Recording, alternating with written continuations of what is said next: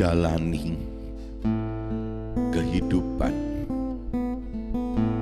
Ku berserah, aku berlindung hanya padamu Tuhan. Aku bersimpuh.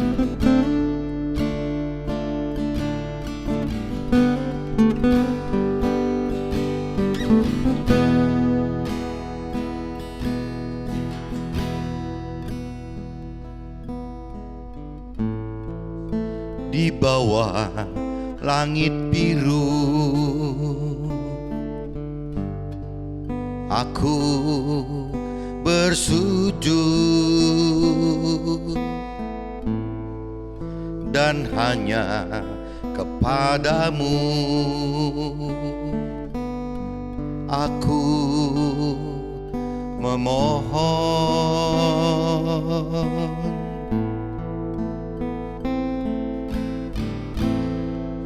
Di atas tanah ini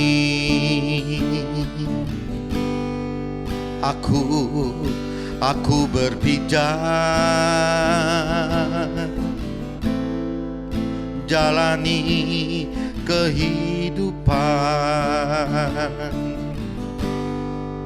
dengan petunjuk-Mu.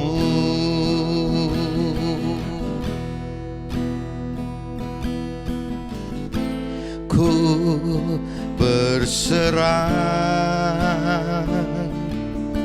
aku berlindung hanya padamu. Aku bersimpuh di bawah langit biru. Aku bersujud dan hanya kepadamu aku memohon. Di atas tanah ini aku berpijak jalani kehidupan dengan petunjuk-Mu.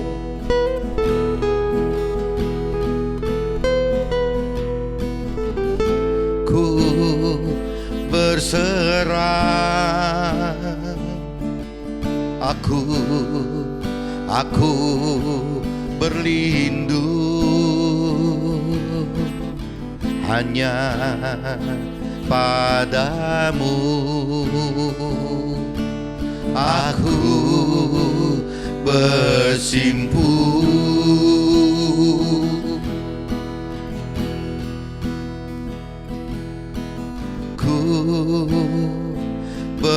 berserah,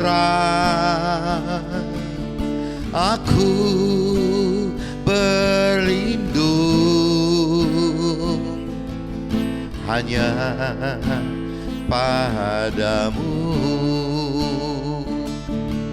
Aku bersimpuh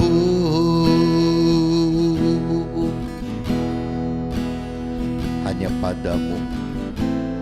Aku bersimpuh jalani kehidupan.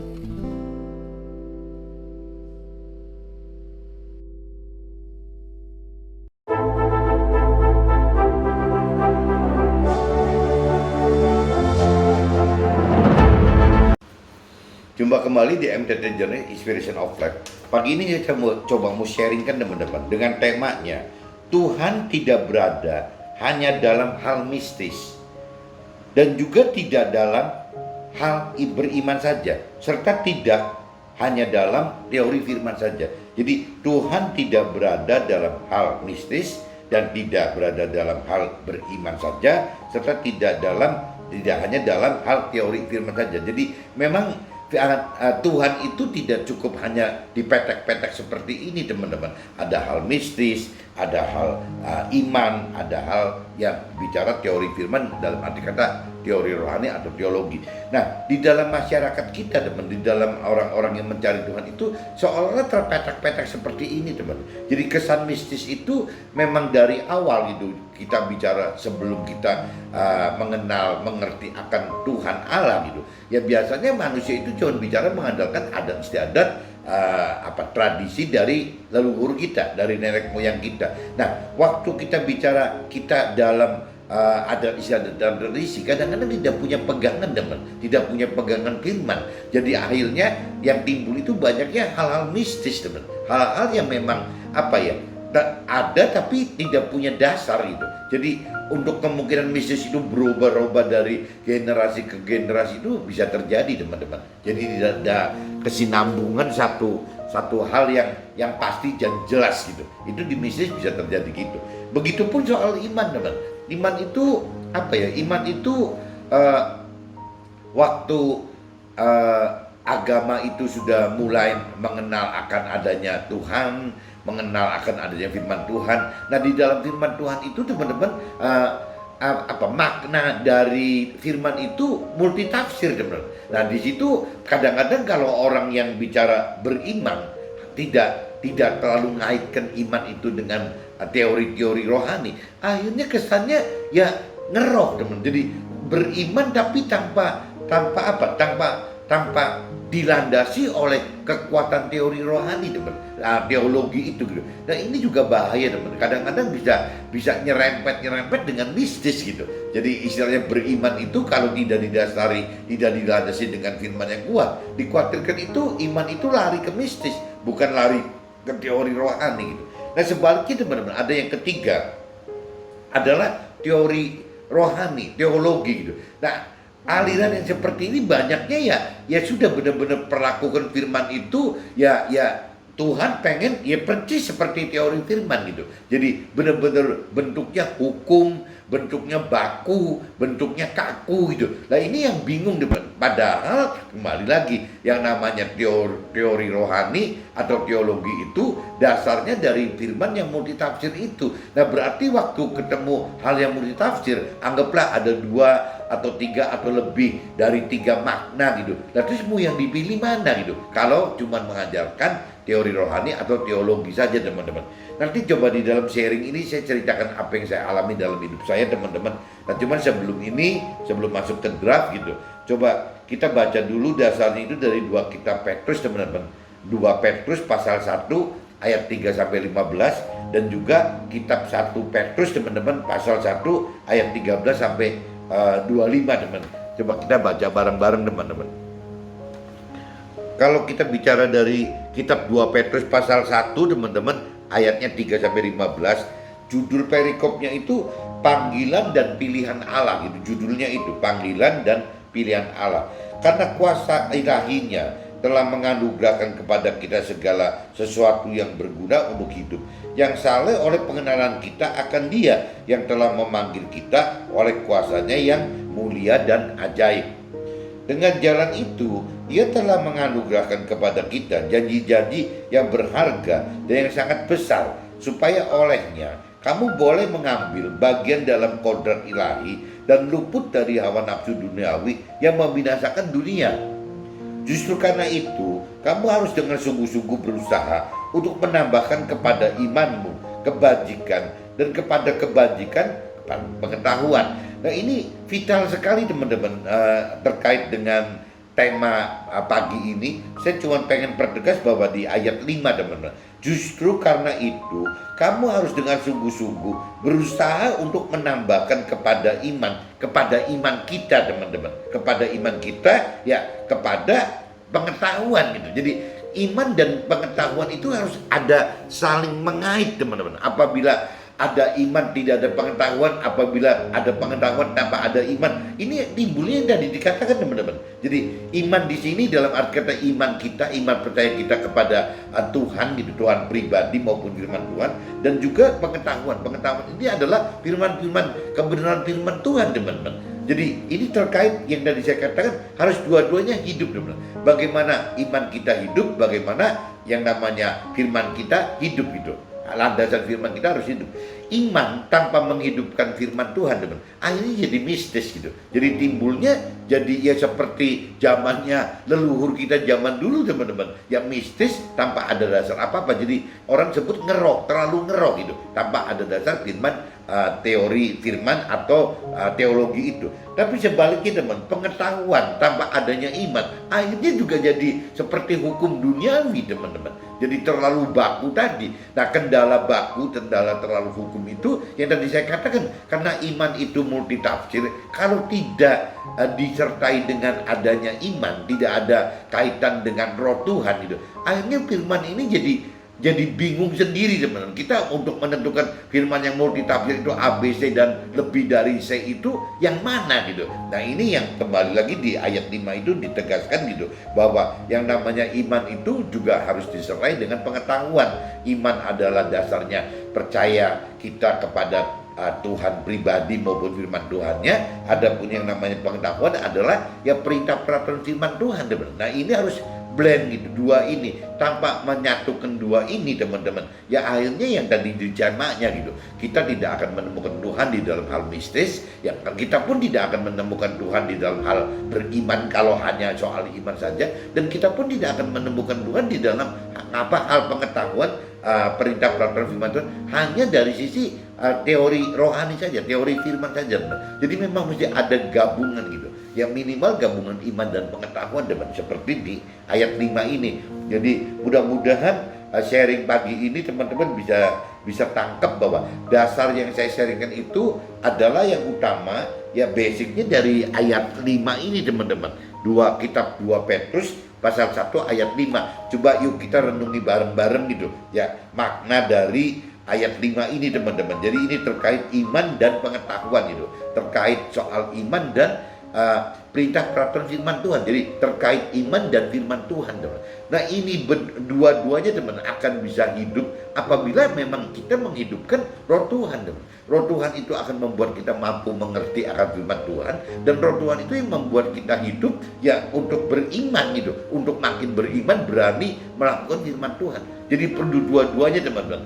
Firman dan firman dan iman, ya berarti itu butuh. Tapi dua ini juga harus ada power dari roh Tuhan yang Tuhan sudah berikan kepada kita itu, teman-teman. Mudah-mudahan teman-teman bisa nangkap maksudnya gitu.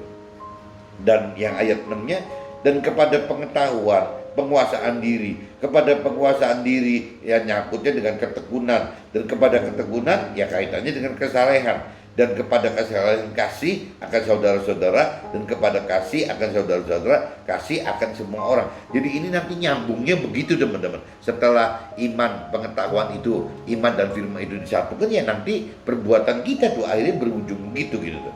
Sebab apabila semuanya itu ada padamu dengan berlimpah-limpah, kamu akan dibuatnya menjadi giat dan berhasil dalam pengenalanmu akan ya firman Tuhan itu. Apa yang diperintah peraturan firman Tuhan itu, kita jadi tahu akan Tuhan kita maksudnya apa gitu.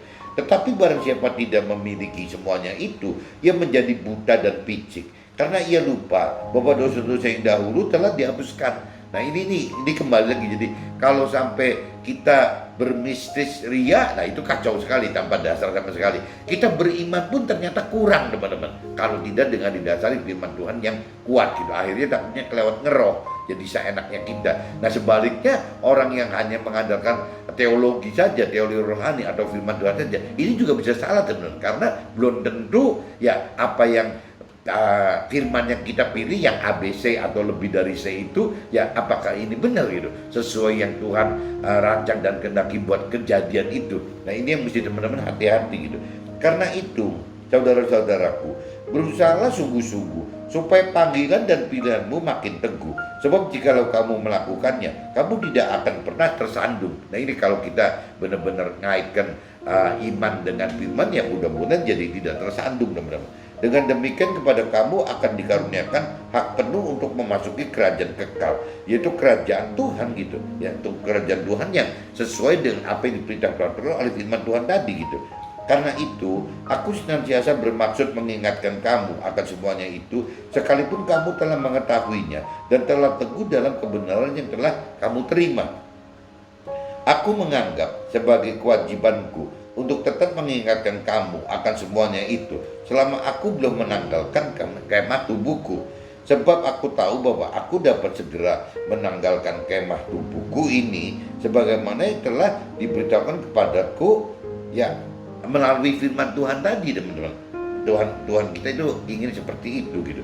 Tetapi aku akan berusaha supaya juga sesudah kepergianku itu kamu selalu mengingat semuanya itu. Jadi dipesankan oleh Petrus bahwa ya balik lagi, kalaupun Petrusnya sudah tidak ada, ya tetap Petrus ingatkan bahwa ya itu, jadi mencari Tuhan itu bukan hal mistis, mencari Tuhan itu tidak cukup hanya dengan beriman, dan mencari Tuhan itu ternyata tidak juga cukup berteologi gitu. Jadi memang mesti ada kombinasi antara mistis dalam arti kata yang benar gitu, karena balik lagi mistis itu kan Tuhan itu kan kuasanya itu supranatural, teman-teman. Jadi kalau istilahnya dikatakan mistis itu ya wajar-wajar aja gitu, karena memang kuasa Tuhan itu supranatural.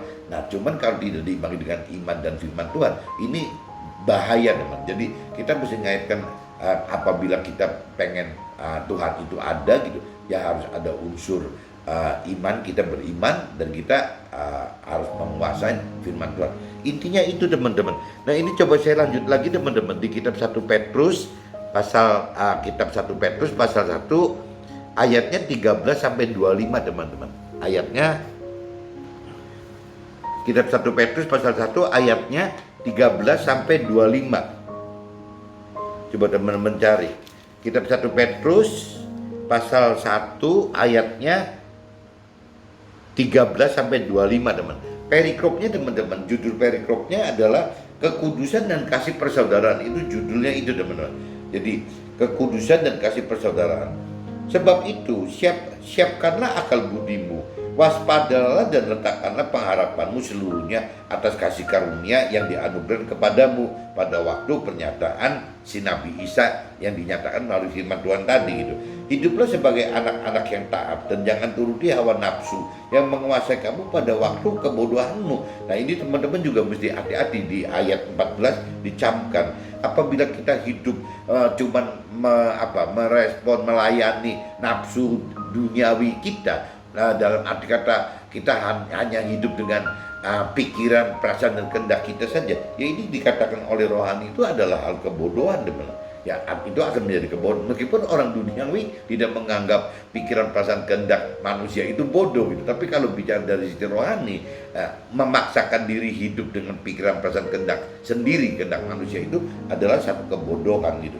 Karena kembali lagi target-target dari dunia itu, target dari manusia itu hanya di seputaran duniawi saja, teman-teman. Sedangkan Tuhan ingatkan di duniawi itu kan sementara, teman-teman, hanya menumpang gitu. Jadi kalau kita targetnya cuma di duniawi, nggak jauh-jauh, teman-teman. Kita cuma mencari sukses duniawi, bahagia duniawi, bagaimana memenuhi kebutuhan duniawi, ya nggak, kisarannya gitu aja, teman-teman. Nah itu Tuhan bilang itu temporary, itu sementara. Kenapa mesti diuber gitu? Ya habis-habisan tanpa mempertimbangkan apa-apa. Nah sedangkan dari sisi Tuhan gitu, target Tuhan adalah bagaimana kita mencari keselamatan akhirat, bagaimana mencari damai sejahtera yang kekal, bagaimana bisa hidup bersama Tuhan di dalam kerajaannya Tuhan gitu.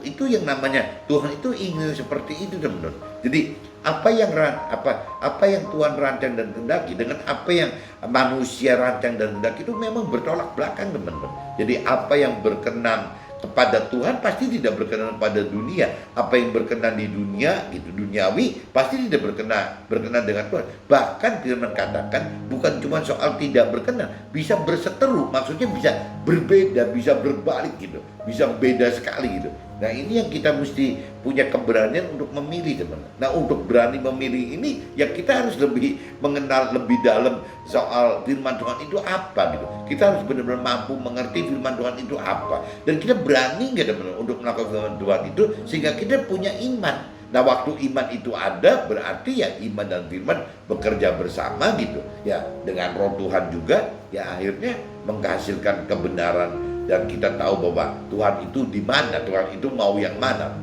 rancangan dan kehendak Tuhan itu. Itu, teman-teman, kalau tidak ada dasar itu rasanya nggak mungkin itu.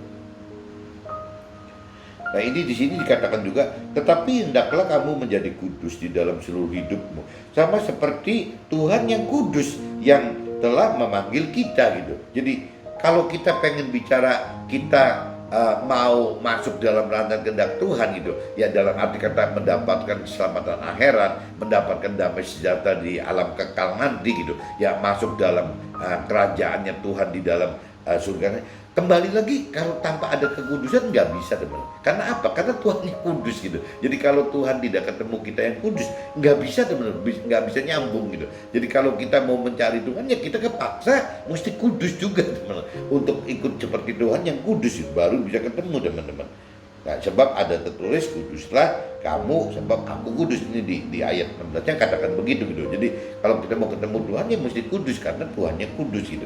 Dan jika kamu menyebutnya Tuhan, yaitu Tuhan yang tanpa memandang muka, menghakimi semua orang menurut perbuatannya, maka hendaklah kamu hidup dalam ketakutan selama kamu menumpang di dunia ini. Nah ini kan ditegaskan, teman-teman. Jadi kalau kita bicara apa kita mau nyebut itu Tuhan Allah, itu Tuhan kita, ya balik lagi gitu. Ya kita benar-benar harus hidup di dunia ini dalam ketakutan selama kita menumpang. Nah itu jadi kita jangan sampai punya kesan malah bukan ketakutan, malah bahagia gitu. Di dunia ini bahagia. Nah ini kan jadi berseteru dengan apa yang firman Tuhan katakan.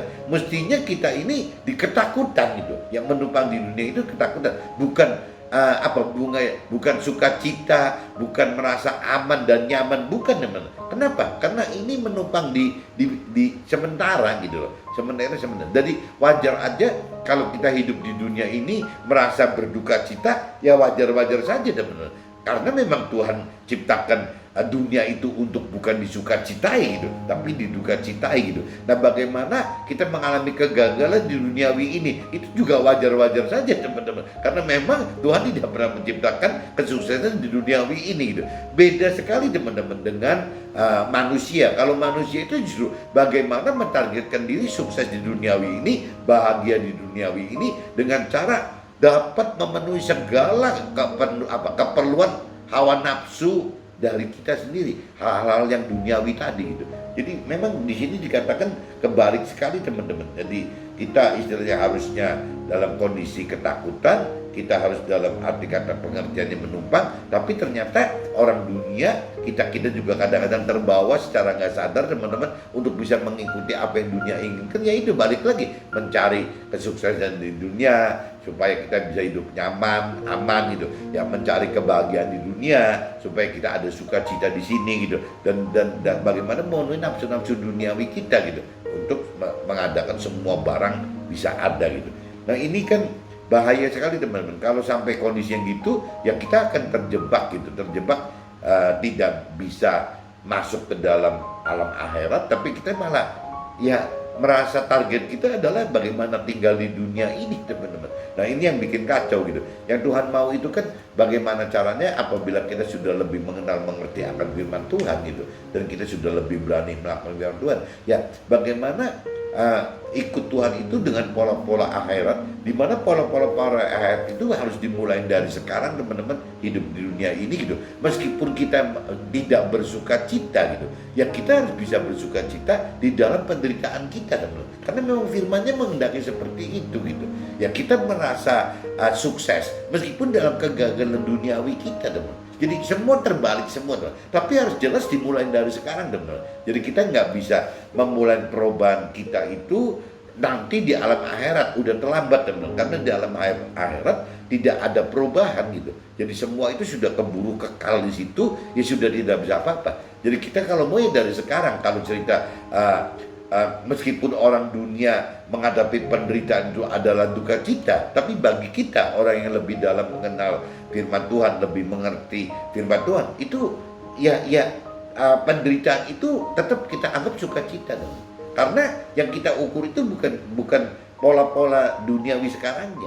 Dalam hal kegagalan juga sama, teman. Dalam hal kegagalan itu bagi kita, apabila kita kaitan dengan alam kekekalan nanti di akhir, bisa menjadi satu kebahagiaan, teman. Jadi di sini kegagalan itu bagi orang dunia, bagi orang berkeyakinan, orang beragama, tapi masih duniawi itu dianggap kegagalan adalah hal yang menyedihkan gitu. Tapi kalau bagi rohani bisa kegagalan itu bisa menjadi sukacita gitu. Jadi memang kebalik-balik dan akhirnya sampai orang dunia anggap ya orang-orang pola-pola rohani itu dianggap yang gak wajar, dianggap gila, gak waras gitu, yang gak wajar gitu. Dari zamannya Nabi Isa nya juga sudah dicap seperti itu gitu. Dari zamannya rasul-rasulnya juga, Rasul Paulus segala macam sudah dicap aneh-aneh dan gak wajar dan gila gitu loh. Jadi kalau kita benar-benar mau melakukan firman Tuhan, gak aneh teman-teman apabila masyarakat akan menilai kita gila, nggak wajar gitu. Ya yang namanya komunitas kita juga akan menjauh dari kita gitu,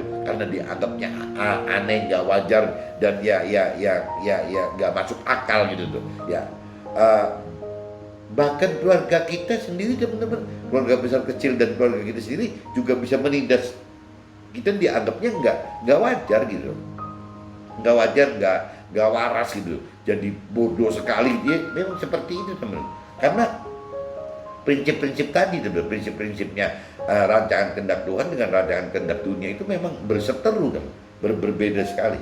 Sebab kamu tahu bahwa kamu telah ditebus dari cara hidupmu yang sia-sia, yang kamu warisi dari nenek moyangmu. Itu bukan dengan barang yang fana, bukan pula dengan perak dan emas, melainkan dengan darah yang mahal. Nah ini kalau dari sisi Nasrani teman-teman, si Nabi Isa itu adalah korban penebusan buat kita si manusia ini. Dan yang bagusnya, berita bahagianya teman-teman, bahwa Nabi Isa versi Nasrani gitu, itu menebus dengan darahnya sampai wafat di kayu salib. Itu bukan cuma untuk orang-orang kita yang Nasrani aja teman, tapi untuk seluruh manusia di dunia gitu. Jadi semua, tidak melihat agamanya apa gitu.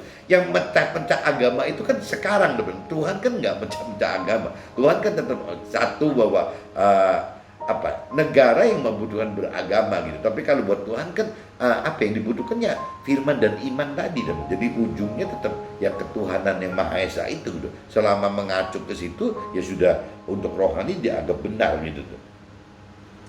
Ia telah dipilih sebelum dunia dijadikan, tetapi karena kamu, ia harus menyatakan dirinya pada zaman akhir. Ini cerita Nabi Isa teman-teman.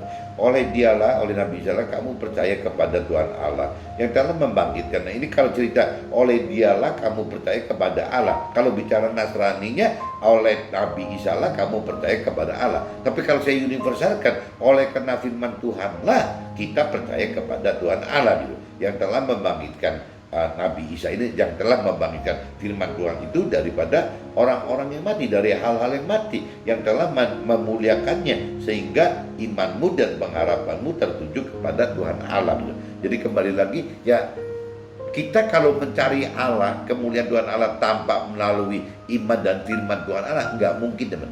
Kuncinya itu harus seperti itu, yang tadi di kitab 2 Petrus tadi gitu. Jadi 2 Petrus pasal 1 yang ayat 3-15 itu nyatakan bahwa ya kita butuh iman dan pengetahuan, kita butuh iman dan firman Tuhan itu untuk bisa menyatakan keberadaan Tuhan Allah gitu.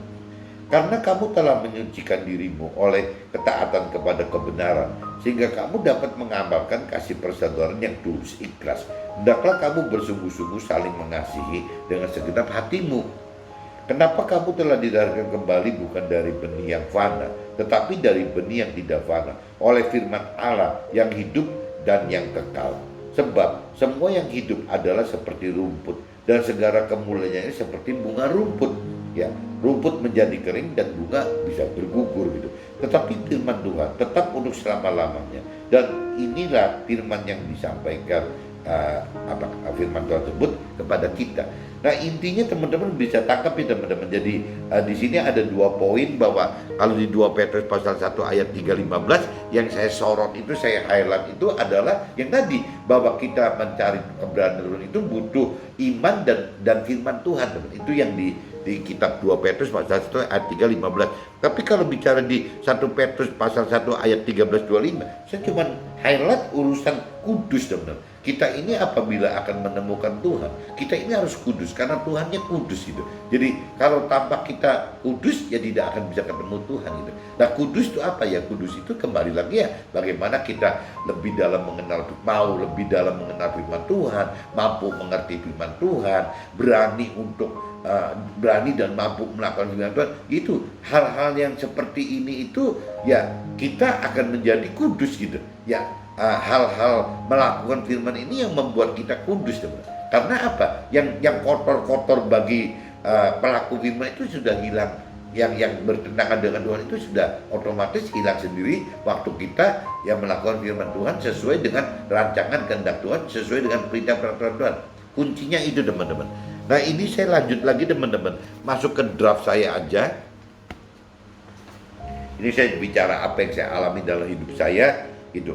Pada umumnya usia 25 tahun awal manusia hidup melibatkan hal rohani dalam kehidupan, dan oleh karena apa? Jadi kehidupannya gitu. Dan oleh karena lahir dalam ini ceritanya saya pribadi teman-teman. Yang saya rasakan itu waktu sebelum saya umur 20-an, 25-an gitu. Saya itu hidup itu baik urusan hidup pribadi saya, baik hidup keluarga saya karena belum nikah gitu, baik hidup soal usaha saya. Kayaknya jarang sekali loh 25 ke bawah itu membawa-bawa urusan Tuhan gitu loh. Ya urusan pribadi Tuhan, urusannya firman Tuhan. Kayaknya mungkin banyak itu umum gitu. Jadi ya saya anggap 25 tahun itu orang mulai teman-teman, mulai akan melibatkan unsur Tuhan di dalam kehidupannya gitu, baik urusan pribadinya, baik urusan keluarganya maupun urusan usahanya gitu. Dan oleh karena lahir dalam keluarga besar yang masih hidup dalam tradisi dan adat istiadat leluhur, ini maksudnya saya teman-teman, saya lahir itu saya baru ikut Tuhan kan umur 47 teman, jadi terlambat gitu. Jadi sebelum 47 itu ya saya cuman tradisi aja, mengikuti adat istiadat nenek moyang leluhur saya ya hanya jadi maka hanya ikut menjalani kebiasaan dari kakek nenek, dari ayah ibu gitu, sehingga hal rohani tidak dengan dasar pijakan kitab suci. Jadi waktu itu sampai sebelum umur 47 itu saya hidup itu tanpa dasar dilandasi dengan perintah peraturan firman Tuhan teman, bahwa ini harus gini, nggak ada gitu. Jadi ya cuma saya melihat adat istiadat tradisi dari nenek, kakek nenek atau dari bapak ibu, ayah ibu gitu. Ya cuma lihat itu aja teman-teman. Yang kalau sampai yang disebut salah gitu, yang tidak baik itu apabila tidak melakukan seperti kakek nenek atau ayah ibu kita. Cuman kuncinya yang kita tahu cuman itu teman. Karena tidak ada dasar kebenaran yang lain gitu yang melandasi bahwa hidup itu harus ini nggak ada teman-teman. Jadi ya saya cuma ikutin adat istiadat dan tradisi aja. Oleh karena tidak ada dasar pijakan kitab suci, maka tidak ada perintah dan peraturan firman Tuhan yang jelas gitu, sehingga semua jadi mistis gitu, karena tidak ada landasan firmannya gitu. Jadi semua yang dilakukan kaitannya dengan rohani itu terkesan mistis gitu. Jadi doa tidak punya dasar gitu ya dosa yang namanya kakek nenek doanya mesti naik ke gunung, ya kita ikut ke gunung gitu. Yang kita ini mesti ada di pinggir laut, kita juga harus ke pinggir laut gitu. Ini harus ya dalam gua, ya saya berdoa dalam gua, ya memang begitu dong, karena nggak ada landasannya gitu loh. Jadi kesannya terlalu mistis gitu ya, terlalu mistis sekali, tidak punya dasar apa-apa gitu, tanpa dasar kejelasan kebenarannya gitu. Nah, semua diperbuat hanya dengan dasar jiwa leluhur atau jiwa kakek nenek atau jiwa ayah ibu saja, tanpa pengetahuan rohaninya gitu. Jadi cuma ikut-ikutan aja gitu. Dulu kakek nenek begini karena leluhurnya seperti ini, ya kita ikutan. Ini mesti berdoa ke makam, ya kita berdoa ke makam gitu. Jadi memang tidak ada landasannya teman. Aturan main berdoa pun tidak ada gitu. Jadi semua itu mistis itu ya ujungnya tanda tanya teman. Tidak bisa dilandasi dengan perintah peraturan, itu nggak bisa gitu, karena masing-masing mistis itu tingkatnya beda-beda gitu. Jadi intinya kalau mistis itu ya tidak dengan dasar pengetahuan rohani teman-teman. Saat berusia 40-50 tahun, nah saya mulai nih, kalau buat saya pribadi umur 47 itu saya hijrah gitu. Jadi saat berusia 40-50 tahun, saya 47 itu hijrah dari tradisi dan adat istiadat kepada agama yang berdasarkan pijakan firman Tuhan. Nah karena waktu itu saya pengenalan pengertian akan firman itu masih cetak teman-teman. Jadi akhirnya saya mengikutin aja kebenaran. Istri saya sudah dalam kondisi Nasrani, jadi saya ikut Nasrani aja teman-teman. Sesimpel itu gitu, karena saya tidak mengerti akan firman Tuhan yang lebih dalam itu. Jadi saya ikut Nasrani itu karena istri saya gitu. Yang daripada saya membuat satu aliran baru lagi kan nanti nggak ketemu teman. Yang penting apa yang di Nasrani yang istri saya anut itu ya punya dasar firman Tuhan, punya dasar harus percaya Tuhan gitu. Ya seperti itu. Jadi kalau dulu saya nggak punya pegangan, nggak ada yang bisa dipelajari gitu.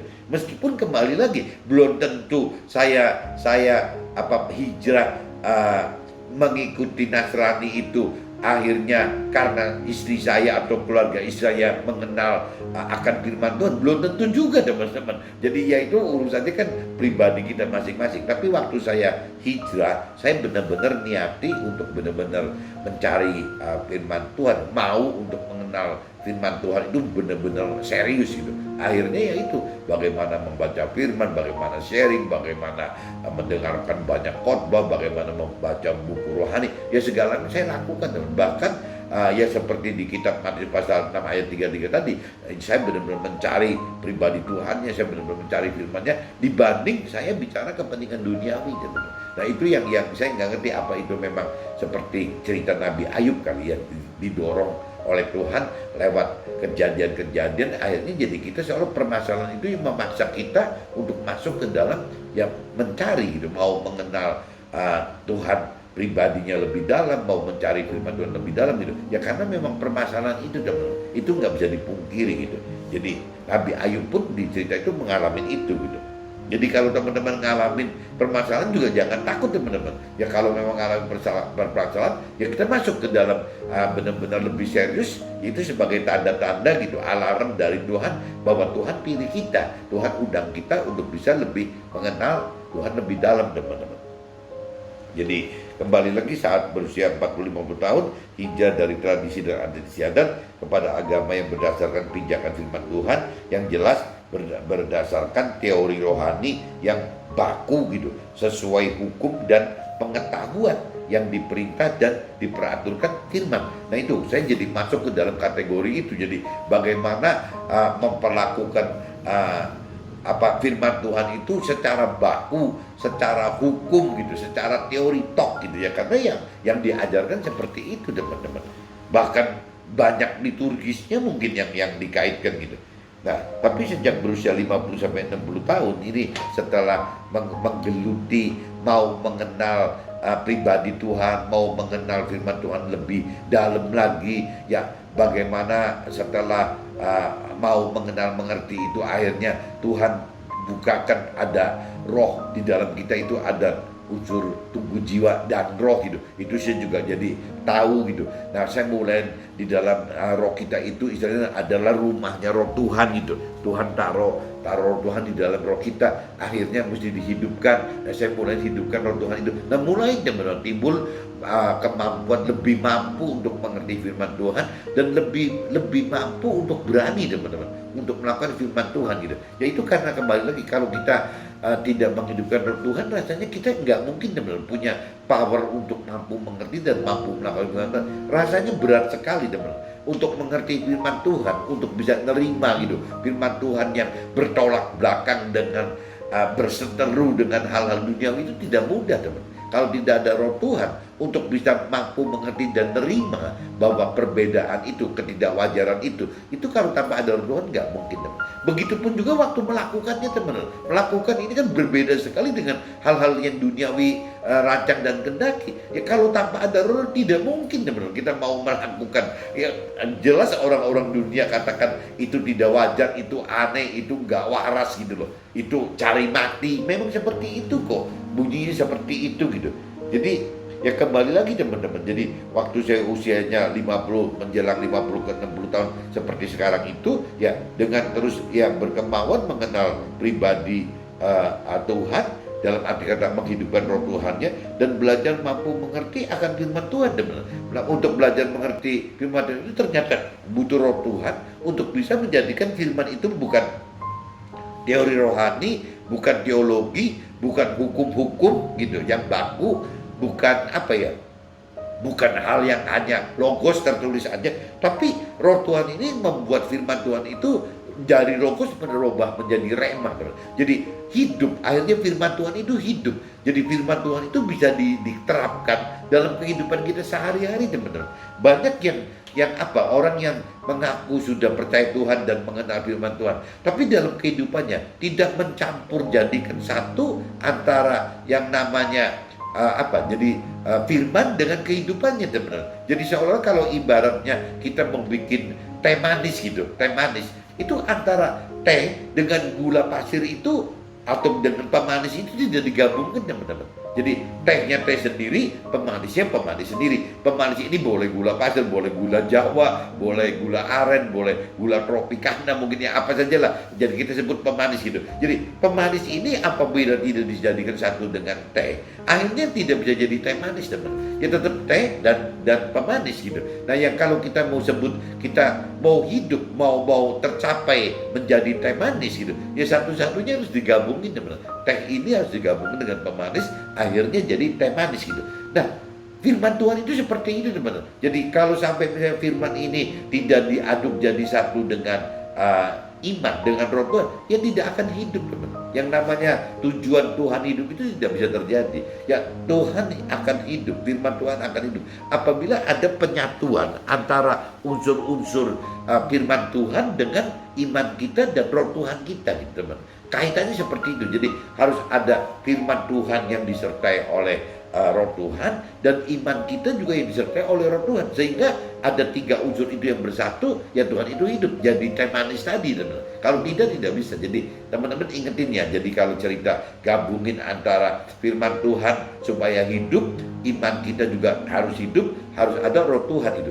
Nah, yang namanya kalau kita mau bikin teh manis, berarti yang namanya, anggaplah misalnya firman Tuhan itu adalah tehnya gitu, harus tehnya, iman itu adalah pemanisnya gitu, anggaplah seperti itu, dan Roh Tuhan itu adalah sendoknya, teman-teman, yang mengaduknya gitu. Tanpa ada pengadukan ini tidak terjadi teh manis, sama aja, teman. Tanpa pengadukan antara firman Tuhan dengan iman kita karena diaduk oleh Roh Tuhan, ini tidak akan menjadi rancangan kehendak Tuhan, teman. Enggak ibarat ceritanya seperti itu. Mudah-mudahan lebih tepat dan lebih kena, teman, sehingga teman-teman bisa nangkep gitu. Maka timbul pengertian. Jadi kalau waktu firman itu ada rema, maka timbul pengertian untuk menemukan Tuhan perlu hal mistis. Jadi menemukan Tuhan itu bukan berarti tidak perlu hal mistis, perlu gitu. Karena Tuhan itu supranatural, yang Tuhan itu roh gitu. Jadi kalau tanpa menghidupkan hal mistis yang berkaitannya dengan roh gitu, kalau mistis kan ngeroh, teman-teman. Dalam arti katanya mistis itu satu perbuatan roh gitu, ya tidak nampak kok, namanya juga mistis gitu. Jadi kita butuh hal mistis itu, butuh gitu. Tapi mistis yang harus dilandasi dengan Roh Tuhan dan firman Tuhan, teman. Jangan mistis yang kebablasan, tidak punya dasar. Nah, akhirnya timbul mistis-mistis yang aneh-aneh gitu. Tapi kalau mistis itu kalau di dalam rohani itu, kalau mistis nggak dihidupkan gitu, nggak bisa ketemu Tuhan, teman. Karena mistis itu adalah kaitannya dengan roh, sedangkan Tuhan itu adalah roh gitu. Jadi ini hal mistis ini perlu, tapi mistis ini, teman-teman, harus didasari dengan firman Tuhan gitu. Kalau tanpa ada firman Tuhan, mistis ini akan lari nggak keluar. Tanpa ada Roh Tuhan, dikhawatirkan mistis ini yang mengisi mistis ini gitu bukan Roh Tuhan, teman, tapi roh-roh yang bukan Tuhan gitu. Karena di dalam hidup kita Tuhan katakan bahwa banyak roh-roh jahat, teman. Roh-roh jahat yang bukan Roh Tuhan itu ada gitu, bukan tidak ada. Roh-roh jahat itu dari roh manusia yang meninggal, rohnya kita sendiri, dari rohnya siapa-siapa. Itu bisa-bisa aja, teman. Roh-roh itu ada. Nah, makanya dikatakan di sini bahwa ya apabila kita mau bicara mistis, ya berarti dasarnya itu harus kita dengan Roh Tuhan dan firman Tuhan, teman. Baru mistis itu menjadi positif gitu. Kalau diartikan mistis itu bukan hal negatif, mistis itu adalah hal yang berkaitan dengan roh gitu, intinya gitu. Nah, buat Tuhan ini kita terpaksa harus belajar dunia mistis, dunia roh, teman-teman. Karena Tuhan itu adalah roh gitu, dan kita itu kan makhluk roh gitu sebenarnya gitu. Ada tubuh, jiwa, dan roh. Bagi Tuhan, kita ini roh gitu, yang dilihat itu yang penting rohnya gitu. Karena kalau tanpa roh kita dihidupkan untuk bisa bicara dengan Roh Tuhan itu nggak nyambung, teman. untuk bisa kontak dengan Tuhan itu nggak nyambung. Jadi memang ya kembali lagi mistis itu kaitan dengan roh, Tuhan itu adalah roh, dan kita sendiri juga sama teman-teman adalah kalau dari kacamata Tuhan kita ini adalah manusia roh gitu. Ya meskipun ada dalam tubuh dan jiwa yang seperti ininya teman-teman. Mudah-mudahan teman bisa nangkap itu. Nah di sini jadi kembali lagi hal mistis yang dilandasi oleh roh Tuhan dan firman Tuhan, di mana mistis tersebut berubah menjadi iman yang percaya kepada Tuhan. Jadi mistis yang tadi urusannya tadinya udah gak keluar itu gitu ya, akhirnya ya menjadi seperti iman, jadi punya apa ya, beriman begini ya, karena memang rohnya yang hidup, roh Tuhan itu yang mendorong iman kita untuk berbuat gitu. Kitab 2 Petrus pasal 1 ayat 5 teman-teman. Kitab 2 Petrus pasal 1 ayat 5. Justru karena itu kamu harus dengan sungguh-sungguh berusaha untuk menambahkan kepada imanmu kebijakan, dan kepada kebajikan. Kebijakan itu ya pengetahuan. Jadi kebajikan, bukan kebijakan. Kebajikan itu, dan kebajikan itu adalah pengetahuan. Jadi saya tadi tekankan lagi di kitab 2 Petrus pasal 1 dan ayat 5. Coba teman-teman simak gitu ya, bahwa ya berusaha untuk menambahkan kepada iman kita, kepada imannya kita gitu. Ya, soal kebajikan. Nah, dan kepada kebajikan itu yang ditambahkan pengetahuan, teman. Jadi kalau dikaitkan di sini bahwa di dalam iman kita ini harus ditambahkan dengan pengetahuan. Pengetahuan apa gitu? Ya pengetahuan akan firman Tuhan itu gitu. Pengetahuan akan perintah peraturan firman Tuhan tadi, teman. Kalau tanpa ada gabungan iman dan firman Tuhan, rasanya nggak bakal ketemu Tuhan, teman. Kalau bicara mistis, yang bicara mistis zaman dulu gitu, zaman leluhur kita, itu juga rasanya nggak ketemu Tuhan. Kenapa? Karena terlalu beresiko gitu. Jangan-jangan nanti ketemunya ya seperti dukun-dukun itu, paranormal dukun gitu. Kenapa? Karena roh yang hidup itu belum tentu rohnya Tuhan, teman. Dia mistis itu kaitan dengan roh, bener gitu. Tapi rohnya siapa? Nah kalau mistis itu tanpa ada dasar firman dan roh Tuhan, dikhawatirkan yang datang itu rohnya yang bukan Tuhan, itu mistis gitu. Nah kalau bicara kembali lagi iman itu percaya kepada Tuhan. Nah percaya Tuhan bagaimana gitu? Ya kalau tidak ada dasarnya percaya Tuhan itu karena menghidupkan roh Tuhan gitu. Ya dalam arti kata melakukan firman Tuhan, itu juga nggak bisa. Ya iman ke siapa? Ya jangan-jangan bukan iman, itu cuma keyakinan kita sendiri gitu. Kita hanya yakin, tapi diselengehkan gitu menjadi seolah iman gitu, padahal bukan. Iman itu adalah percaya, berani melakukan sesuatu. Dasarnya itu kembali ke ada firman Tuhannya, teman. Kalau kita percaya tidak dengan dasar firman Tuhan, itu namanya keyakinan kita. Jadi iman itu hanya bisa lahir apabila yaitu kita kaitkan dengan firman Tuhan kita gitu. Nah begitupun firman Tuhan, firman Tuhan pun harus menjadi rema gitu. Kalau firman Tuhan itu hanya menjadi logos, ya berarti firman itu cuma satu teori rohani, teologi yang tertulis aja, teman, tidak bisa hidup. Jadi ya semua kembali lagi butuh roh Tuhan, teman. Kalau udah level firman Tuhan itu ya butuh roh Tuhan. Yang namanya iman itu ya butuh roh Tuhan gitu. Nah tanpa roh Tuhan kita tidak akan mampu mengerti akan firman Tuhan, dan tanpa roh Tuhan kita tidak akan beriman untuk berani melakukan firman Tuhan, teman. Jadi dua-duanya kaitan itu ya butuh itu, teman. Makanya kembali lagi saya tidak ngomong mistis itu tidak benar. Mistis itu ya boleh-boleh aja gitu, tapi yang tadi saya katakan mistis dalam arti kata urusan dunia roh gitu ya. Nah karena kembali lagi ya, karena Tuhan katakan, firman Tuhan katakan bahwa Tuhan itu adalah roh dan kita juga roh gitu. Makanya ada unsur tubuh jiwa roh itu. Jadi kalau kita tidak menghidupkan unsur roh, tidak menghidupkan unsur mistis, untuk bisa ketemu Tuhan itu susah, teman. Cuman bedanya gitu aja. Kalau mistis zamannya leluhur kita gitu, jangan-jangan mistisnya itu tidak didasari dengan firman Tuhan, tidak didasari dengan roh Tuhan. Bahaya, teman. Nanti mistis itu jadi akhirnya yang basicnya itu bukan dasar firman Tuhan, tapi hanya dari roh yang bukan Tuhan gitu. Nah kalau roh-roh yang bukan Tuhan kan Tuhan tetap pengen nyebut itu berarti roh jahat. Tuhan nggak peduli kalau bicara roh itu ya cuman roh yang benar itu cuma rohnya Tuhan saja. Jadi kalau kita pribadi tidak memilih roh Tuhan, memilih roh yang lain di luar Tuhan, ya disebutnya roh jahat, teman. Jadi roh kita harus memilih ya roh Tuhan, satu-satunya, nggak ada pilihan yang lain itu. Hanya satu yang dianggap oleh Tuhan benar, oleh firman Tuhan adalah roh Tuhan. Jadi roh kita itu harus diisi roh Tuhan, bukan kita diisi oleh roh-roh di luar Tuhan yang Tuhan anggap jahat. Nah, mistis yang leluhur itu ada kekhawatiran seperti itu, teman-teman. Yang mengisi itu bukan rohnya Tuhan, tapi bisa roh-roh di luar Tuhan yang Tuhan anggap kategorikan itu jahat. Nah, ini yang mesti kita dengan adanya sekarang istilahnya ada firman Tuhan gitu, ada cerita yang namanya Nabi Isa sudah menyatakan roh Tuhan untuk kita, setiap manusia itu ada di dalam kita. Ya nggak jauh-jauh teman, bagaimana kita mesti menghidupkan roh Tuhan di dalam kita itu, supaya roh Tuhan itu membuat kita mampu mengerti firman Tuhan, teman.